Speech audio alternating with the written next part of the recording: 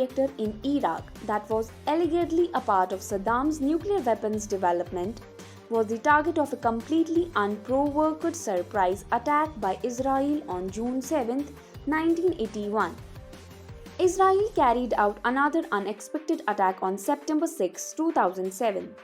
Once more thought to be a component of a nuclear weapon program, a nuclear site is being targeted in Syria this time. All attention has been on Iran's nuclear program for the past 10 years. Israel has frequently vowed to prevent Iran from obtaining nuclear weapons. But given that it has already launched an attack, will it do so once more this time, targeting Iranian nuclear facilities? Since even before the revolution in the late 1970s, Iran has had a nuclear program. To generate electricity and conduct research, nuclear power stations were to be built. An intelligence report that was leaked to the media in 1984 sparked accusations that Iran's nuclear program was actually being used to develop nuclear weapons. Since then, as the country's nuclear program has expanded significantly, so have concerns that they could develop nuclear weapons. Any attack by Israel would be far harder to carry off than one by Iraq or Syria. There are numerous sites that need to be targeted, and not only are they dispersed throughout the nation, but some of them were created deep underground by Iran. The most well-known is perhaps Natanz, where it is said that parks were erected under 10 meters of soil and 2 to 3 meters of reinforced concrete. Additionally, compared to Syria or Iraq, Iran is significantly farther away from Israel. Iran has fairly effective air defense network, which makes the situation worse. During the Iran-Iraq war in 1981, when the attack on Iraq's reactor occurred, Iraq was preoccupied and did not anticipate a Western attack. The 2007 attack occurred in Syria, which is a nation next to Israel. Israel has given this idea a lot of attention, even though an attack on Iran would not have any of these benefits. As with any plan, you must first determine a way to get there. Israel could follow one of the three possible paths.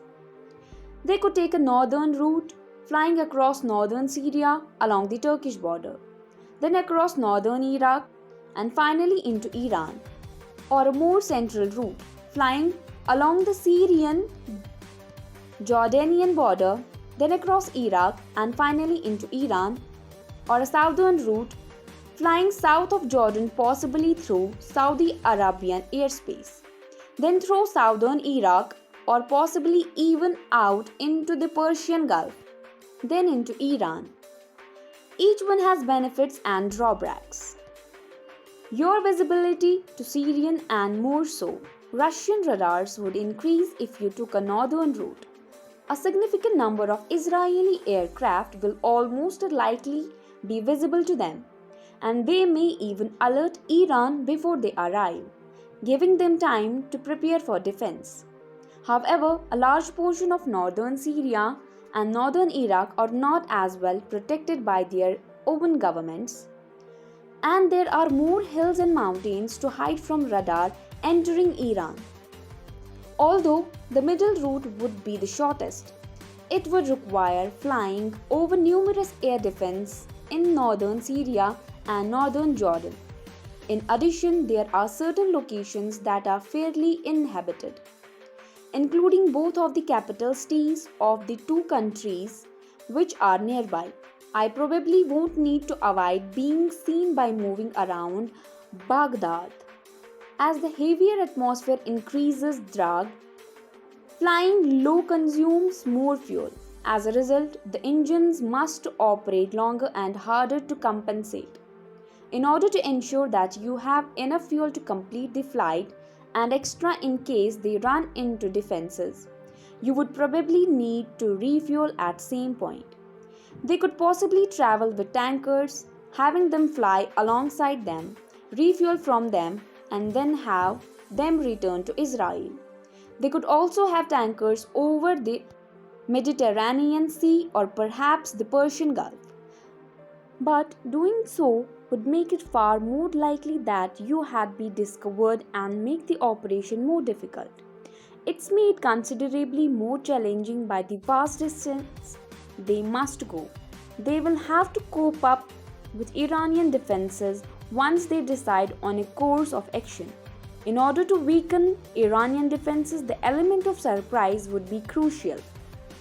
It would be hoped to ambush the air defense operators and intercept planes, fly in fast, hit their targets, and then flee the area. They would have numerous choices by escaping radar and longer range air defenses.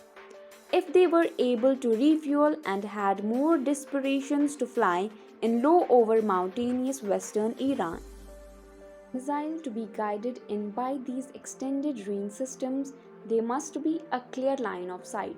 The missile will therefore lose track and fail even if it successfully detects and launches on an aircraft that can disappear behind a mountain. The short-range air defenses provide an additional, very real threat. Iran has thousands upon thousands of AAA systems, many of which are situated close to its nuclear installations. Israeli aircraft would encounter a significant firestorm as they flew over to dump their bombs, making it very challenging for them to execute their mission. Therefore, maybe cruise missiles will do, right? They could launch some targets from a distance, preventing the aircraft from flying directly into danger. This would also save fuel, making the flight easier. Weapons such as the Leela, the new Rampage, and the small diameter bomb, for instance. However, some of these locations are buried well below Earth. The so-called bunker-busting bombs are what you would need for this. The GBU-28 is the one that will likely to be used the most.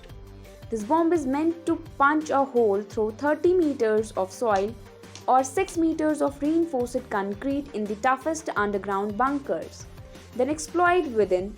Israel acquired hundreds of them from the US back in 2005, giving them the capability to attack these subterranean facilities. But one more, in order to use them, they would have to fly right over them, leaving themselves vulnerable to three fires. Any way you look at it, it would be really tough to be able to attack all of these nuclear sites. Iran's effective air defense network, the lengthy flight without being noticed, dumping their bombs and then returning home. However, even if they managed to achieve it, it would not end there. Iran could not do nothing except to watch. Any nation that offered support, including Israel, would undoubtedly come under attack. In particular, Iran has a sizable and effective ballistic missile arsenal. Then perhaps Israel could warn Iran about their own nuclear capabilities. They therefore refrain from taking action, at least publicly, but Iran has other options through Syria and non-state actors, which might result in Israel bearing a high price. Politics is another issue. The fallout would be severe for both Israel and any other nation that learned of it. Nowadays, thanks to advancement in technology, there are more satellites and powerful radars than even before, especially now that conflict is raging in Syria and Iraq. It would be difficult for any nearby nation to claim ignorance. Any strike would almost probably be seen while in flight by the US, Saudi Arabia as well, if they heeded South and even Jordan, and these nations could pay a heavy price for doing nothing. Similar to the attack on Iraq's nuclear plant in 1981, there would probably be widespread public condemnation of Israel. UN Security Council Resolution 487 was a result of that strike. Every nation, including the US, supported the resolution that condemned them for the attack and ordered them to pay compensation to Iraq. if it were passed now, the situation would probably be considerably worse. A direct airstrike, as we have seen in the past, is therefore unlikely, even if they managed to achieve the political cost and the public backlash would make it unprofitable. Israel instead resorts to other methods such the eradication of scientists and computer infections. It's likely that Israel and the US jointly developed and used the most well-known Stuxnet. The United States reportedly consented to assist Israel in preventing them from bombing the locations. Although it damaged centrifuges and presumably other equipment during an attack on Iranian nuclear facilities. That was over 10 years ago, and Iran's nuclear program was never halted. Therefore, it's likely that an actual airstrike on the target is still being contemplated. We will have to wait and watch what happens because Israel continues to insist that they will not permit Iran to build nuclear weapons, and Iran is fully aware that having nuclear weapons is the best deterrent and form of assault protection. So guys, this was for today. Give us your thoughts on this in the comment section. And if you appreciate our content, please hit the like button and subscribe to our channel. Share this video with your family and friends. We will meet you soon in a new video. Thank you. Jai Hind.